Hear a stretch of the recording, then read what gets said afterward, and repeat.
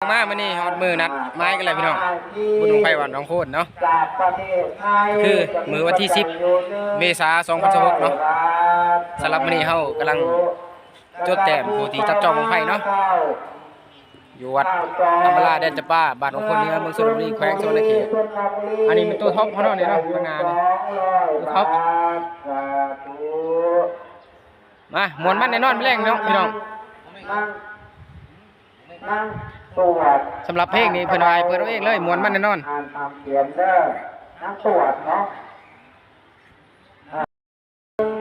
พี่น้องตอนนี้เขากำลังทยอยเริ่มลงมาเนาะพวกการจะต่างบ้านหรือว่าแต่ละแผนกเนาะตอนนี้เพิ่นพระอาจารย์เพิ่นก็คือเพิ่นอ่านรายชื่อที่ว่าผู้มีใจใส่ศรัทธาจากประเทศเพื่อนบ้านหรือว่าประเทศไทยเนาะเพิ่นเผยแผ่มาแต่พังนั้นเนาะพวกผู้ที่ว่าไปทำงานอยู่ประเทศเพื่อนบ้านเนาะแล้วก็เพิ่นแผ่น้ำโมน้ำโคมาให้ได้อยู่ประมาณ10,000 กว่านี่แหละเพิ่นกำลังอ่านเนาะคนละ100 200ก็ว่ากันไปเนาะเฮาก็พร้อมแล้วเนาะเครื่องเสียงเฮาพร้อมแล้วเด้อทุกคนเด้อ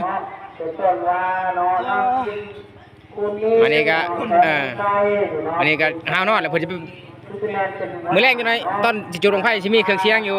1จุด2จุด3จุดเนาะประมาณอยู่4จุดนี่แหละประมาณนั่นแหละจัดไปพี่น้องเดือดแน่นอน